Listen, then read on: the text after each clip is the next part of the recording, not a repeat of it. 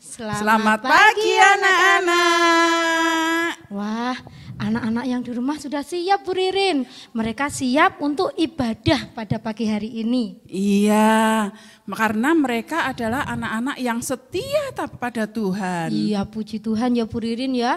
Anak-anak sekolah Minggu GKI Ngurah semuanya setia pada Tuhan.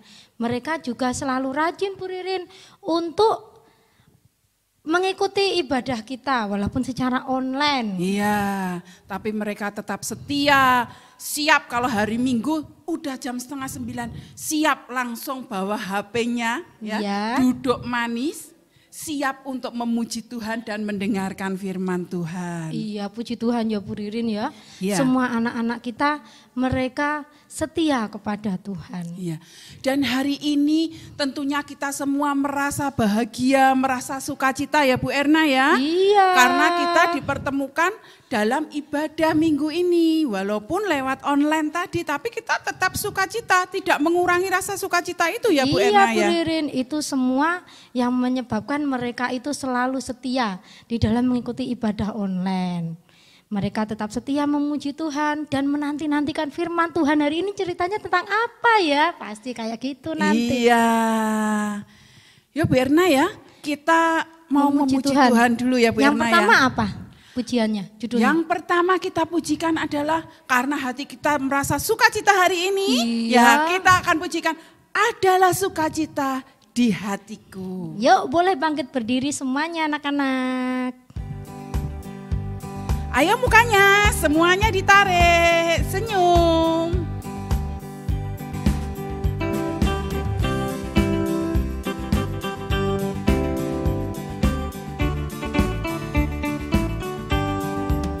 Adalah sukacita di hatiku, di hatiku, di hatiku. Adalah sukacita di hatiku. Diberikan Tuhanku, aku bersyukur, bersukacita, ada kasih Yesus di hatiku. Aku bersyukur, bersukacita, ada kasih Yesus di hatiku. Adalah SUKACITA di hatiku, di hatiku. Di hatiku adalah SUKACITA di hatiku. Diberikan Tuhanku, aku bersyukur, bersukacita, ada kasih Yesus di hatiku. Aku bersyukur, bersukacita, ada kasih Yesus di hatiku. Nah, anak-anak boleh duduk lagi. Kita akan berdoa sebelum kita melanjutkan ibadah kita pada pagi hari ini. Yuk semuanya lipat tangan, tutup mata, sikap berdoa yang bagus. Ya, kita akan berdoa ya. Allah Bapa kami yang bertata dalam kerajaan surga yang mulia, terima kasih Tuhan atas kesempatan hari ini kami boleh beribadah secara online. Berkati Tuhan kami di dalam beribadah pada pagi hari ini. Kami serahkan ibadah ini ke dalam tangan kuasa-Mu Tuhan. Hanya di dalam nama Tuhan kami, Yesus Kristus, kami berdoa dan bersyukur. Haleluya. Amin. Kalau lagu yang kedua, enaknya kita memuji apa? Yang disukai anak-anak. Anak-anak pasti ingat. Nah, ayo siapa yang tahu? Pasti masih ingat. Apa? Iya. Benar. 99 itu loh Bu Ririn, bener loh anak-anak ya? itu. Iya. 9 buah roh. Betul, pintar. Pasti anak-anak hafal ya. Karena ini adalah lagu favorit. Iya, favoritnya kita anak-anak GKI Ngurah ya Bu. Iya. Kita langsung pujikan aja Bu Ririn. Oke, kita pujikan 9 buah roh.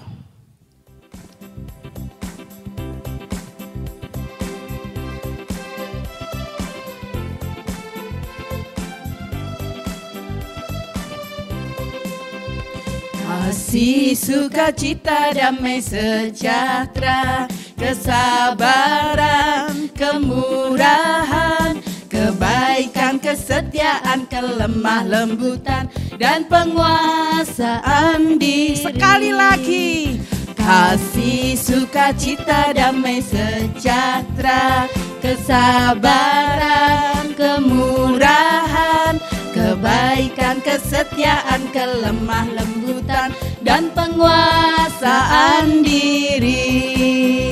Ya, pinter. Ternyata walaupun kita udah lama nggak ketemu ya Bu Erna ya. Betul. Hampir, sudah 1 tahun. Hampir. 1 tahun lebih Maret. Erna. Belum Maret ya dulu itu Maret. Iya, walaupun hampir setahun kita nggak ketemu secara langsung, tapi anak-anak tetap semangat dalam memuji Tuhan Bu Erna. Iya. Oh iya Bu Ririn, kita juga akan mengingatkan persembahannya Bu Ririn, dimasukkan di dalam amplop, boleh amplop besar, boleh amplop kecil, nanti dikasih tulisan. Dan jangan lupa sebelum dimasukkan di kotak surat Bu Ririn, ya, biar minta tolong dicek mama, papa ya, iya. Atau boleh kakaknya, boleh Mbak E ya, boleh. Ya, dicek apakah sudah ada isinya, gitu ya. Jangan sampai yang dimasukkan kosong. Iya, betul. Jangan sampai kalian lupa nggak ngisi, sudah ditulis langsung dimasukkan. Iya, ya, karena cepet-cepet mereka cepet-cepet mau memberikan persembahan kepada Tuhan Bu Ririn. Iya, karena rindu memberikan persembahan kepada Tuhan. Betul sekali. Ya, kita akan mendengarkan firman Tuhan Bu Ririn. Ya, kita akan mendengarkan firman Tuhan. Sebelumnya kita pujikan pujian Ku mau mendengar firman Tuhan. Wah, ini lagu baru ya Bu Ririn ya? Iya, tapi gampang kok Bu Erna. Cuma ada 4 kalimat saja. Bu Ririn percaya bahwa kalian semua pasti langsung bisa hafal. Ya? Ya, betul. Kita akan belajar sama-sama ya Bu Ririn ya. Iya, betul. Ku mau mendengar firman Tuhan.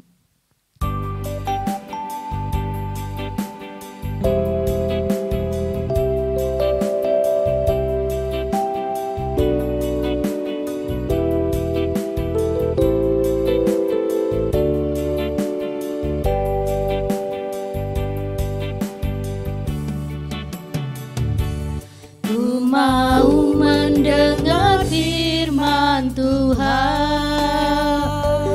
hati dan telingaku siapkan.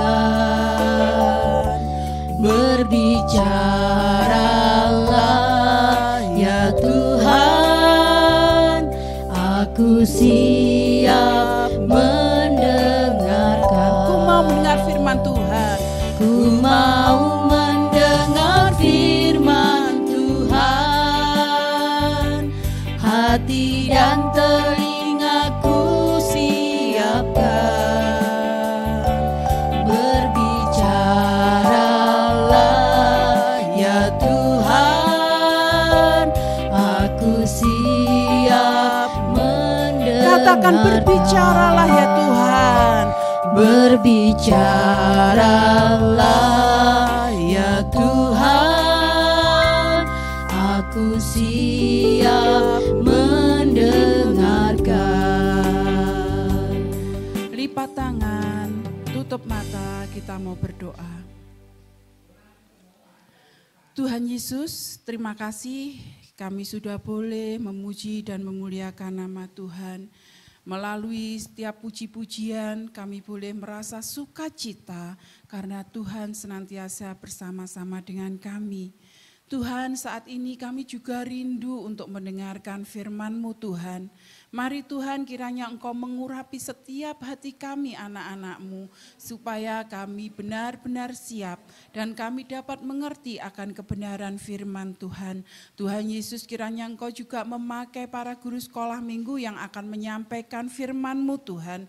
Biarlah firman yang keluar dari mulut lidah bibirnya benar-benar firman dari Tuhan saja. Terima kasih Tuhan Yesus, di dalam nama Tuhan Yesus Kristus kami mengucap syukur dan kami berserah. Haleluya. Amin. Selamat mendengarkan firman Tuhan anak-anak. Selamat pagi anak-anak. Tadi sudah bersama-sama memuji Tuhan.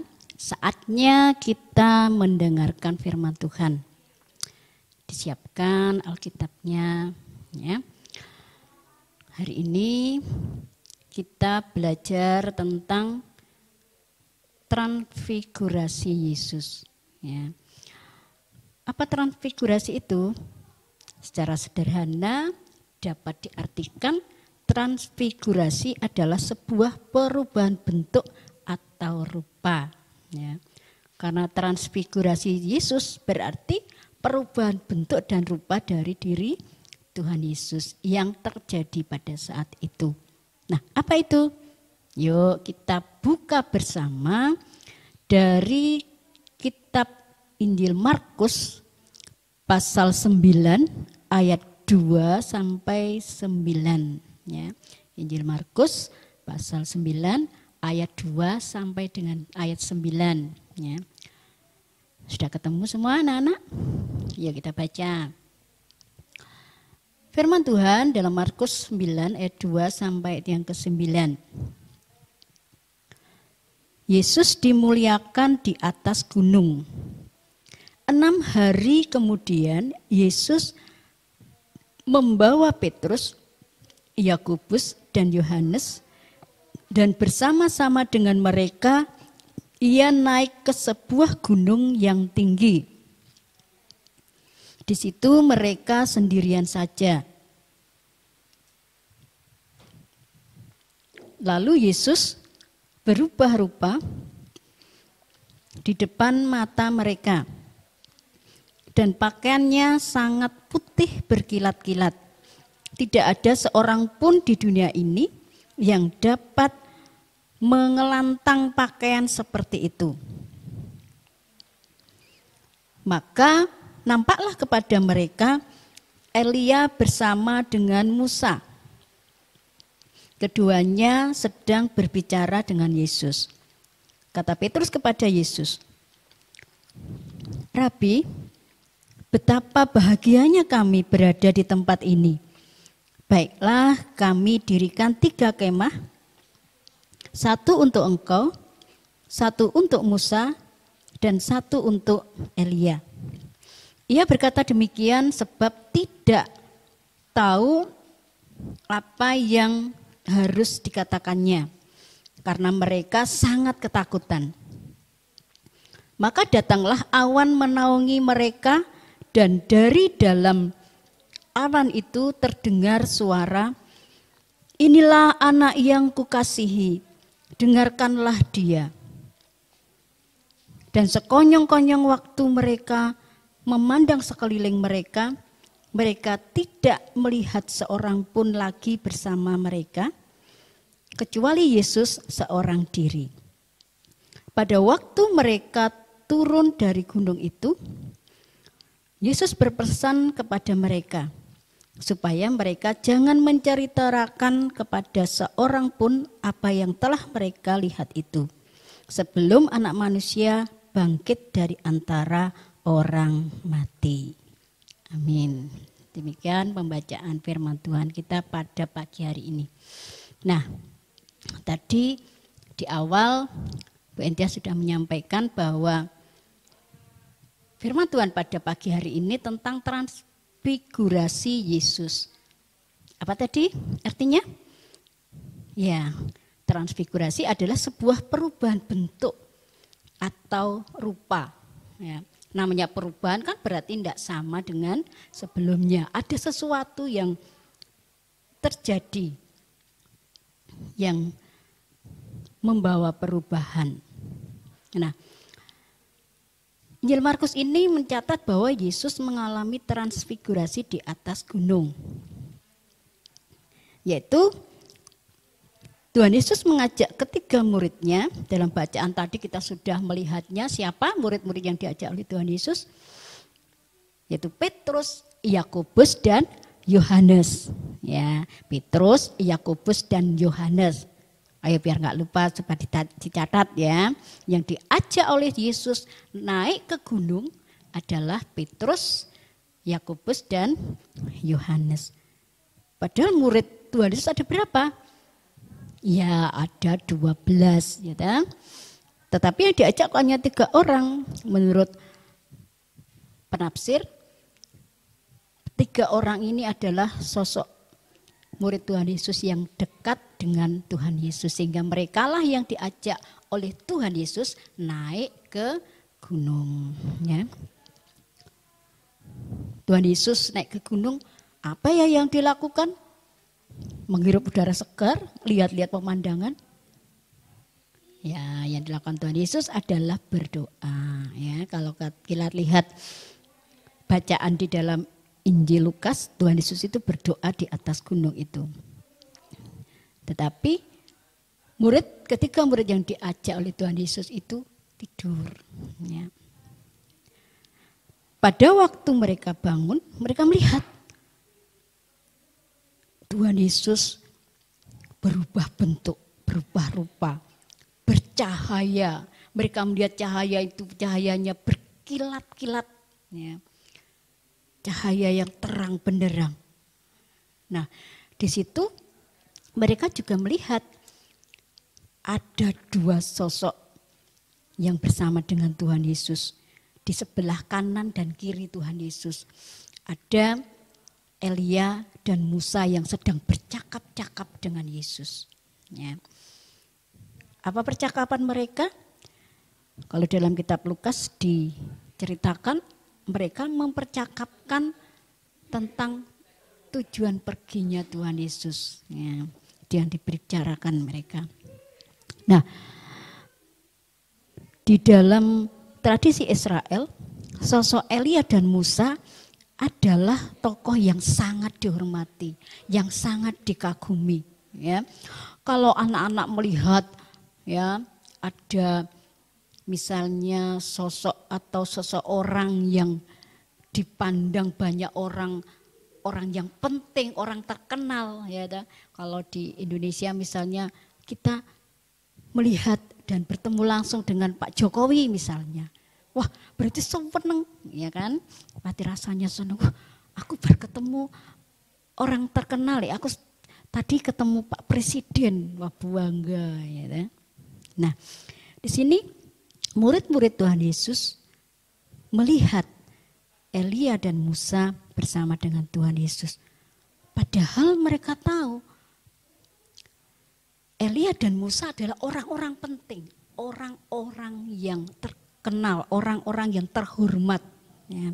Terlebih dalam hal keagamaan, dalam hal rohani. Maka mereka menyadari, oh, Yesus yang selama ini saya ikuti, Yesus yang selama ini saya turut, ternyata orang penting, ya, orang yang terhormat. Buktinya Elia dan Musa bersama dengan Tuhan Yesus.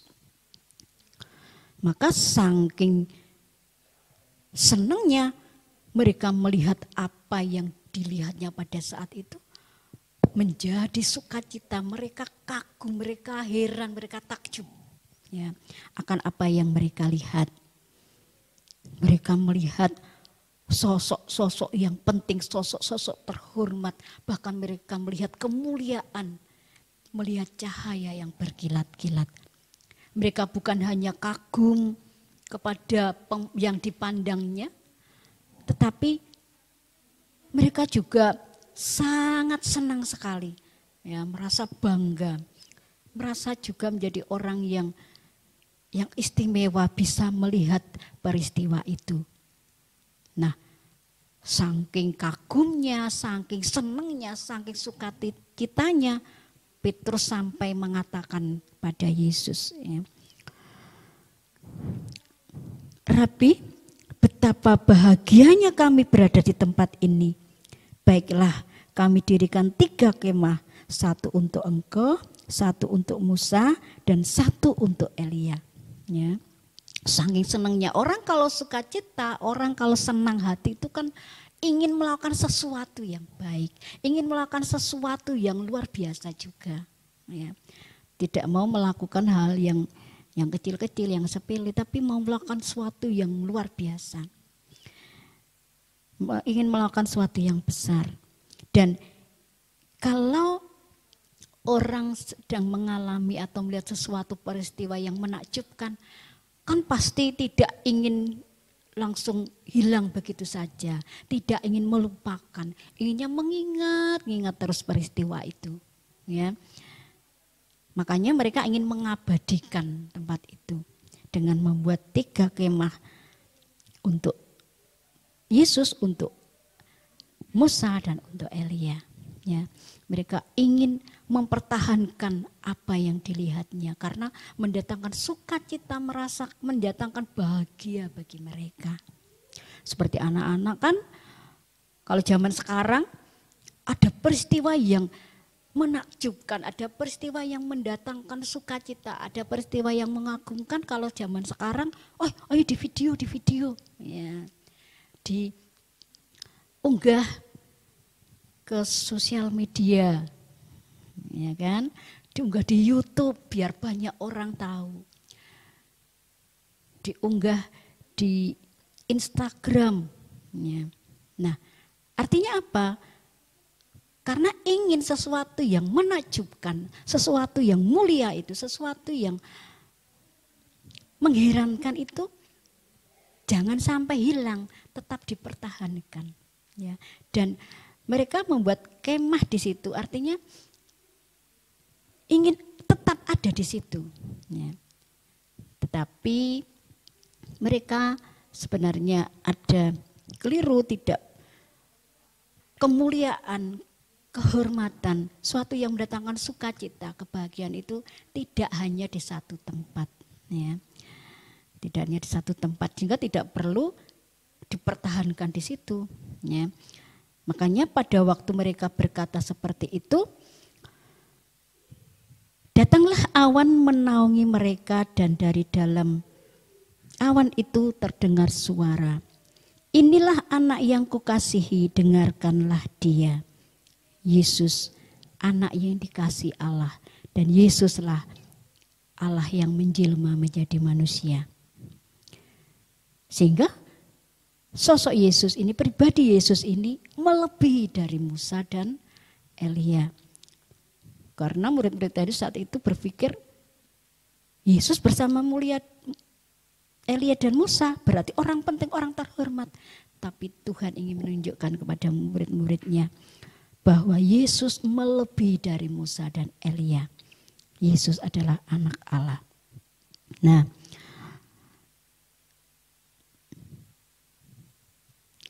setelah ada suara itu, sekonyong-konyong mereka memandang sekitarnya tidak ada orang. Elia dan Musa juga tidak dilihat lagi.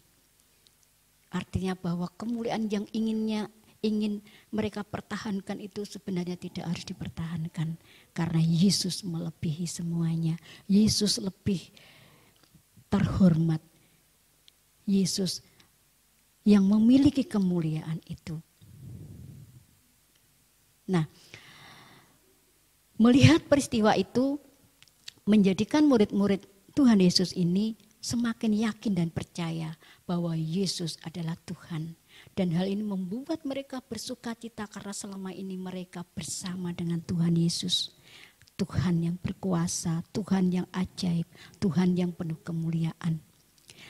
Selain itu, peristiwa itu juga menjadi dasar penyemangat mereka untuk memberitakan kabar kesukaan. Untuk mereka melaksanakan tugas sebagai murid Tuhan, yaitu menyampaikan Injil. Mengabarkan kasih Tuhan Yesus kepada orang-orang di sekitar mereka. Memberi pertolongan kepada orang-orang yang membutuhkan. Nah, anak-anak, kita memang tidak bisa seperti Yesus punya kemuliaan yang atau mengeluarkan cahaya yang berkilat-kilat, ya.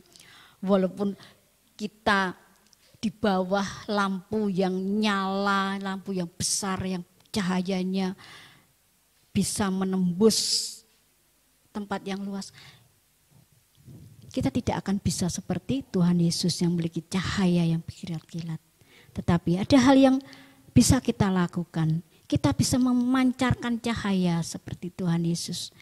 Di mana Tuhan Yesus dapat mendatangkan kebahagiaan, memberi sukacita kepada para muridnya. Kita juga bisa memancarkan kemuliaan dengan kita mendatangkan sukacita bagi orang-orang di sekitar kita. Melalui tutur kata kita, melalui sikap kita, melalui tingkah laku kita, ya, yang bisa mendatangkan sukacita bagi orang-orang sekitar kita. Bagi keluarga kita utamanya, bagi orang tua, kita tidak menyusahkan orang tua. Mau rajin belajar, ya, mau bertanggung jawab, itu berarti tidak menyusahkan orang tua. Kita sudah memancarkan kemuliaan Tuhan, menjadi sukacita orang lain. Dengan teman-teman, kita tidak suka menjelek-jelekan, tidak suka mencari kesalahan teman-teman kita. Itu juga sudah memancarkan kemuliaan Tuhan. Seperti firman Tuhan dalam Galatia 5 ayat 22, yaitu tentang buah-buah roh. Kita bisa memancarkan kemuliaan Tuhan dengan kita mengeluarkan buah-buah roh. Kasih, sukacita, ya, sabar, ya, setia kawan, lemah lembut, menguasai diri, tahan nafsu. Ya, itu semua cara kita memancarkan kemuliaan Tuhan. Sehingga orang-orang sekitar kita turut bersukacita. Kalau kita sedih, orang sekitar kita juga sedih. Ya. Maka marilah kita memancarkan kemuliaan Tuhan dengan selalu membagi sukacita kepada orang-orang sekitar kita lewat hidup kita. Ya, cara hidup kita, sikap hidup kita. Ayat hafalan pada pagi hari ini, Markus pasal 9 ayat 2C sampai 3A. Ya. Markus 9 ayat 2C sampai 3A. Lalu Yesus berubah rupa di depan mata mereka dan pakaiannya sangat putih berkilat-kilat. Sekali lagi. Markus 9 ayat 2C sampai 3A. Lalu Yesus berubah rupa di depan mata mereka dan pakaiannya sangat putih berkilat-kilat. Nah, sampai di sini firman Tuhan pagi hari ini. Mari kita berdoa. Terima kasih Tuhan Yesus, Engkau telah berfirman kepada kami. Tuhan, jadikanlah kami anak-anak-Mu yang bisa memancarkan kemuliaan-Mu. Walaupun kami tidak bisa bersinar seperti Engkau, tapi kami bisa memancarkan kasih-Mu yang telah Engkau ajarkan dan Engkau berikan kepada kami, kepada orang-orang sekitar kami, melalui kehidupan kami. Cara berpikir kami, kata-kata kami, sikap kami, sehingga apa yang kami lakukan boleh mendatangkan sukacita bagi orang-orang di sekitar kami. Terima kasih Tuhan, kami serahkan syukur kami hanya di dalam nama Tuhan Yesus Kristus. Haleluya, amin. Selamat pagi, Tuhan memberkati.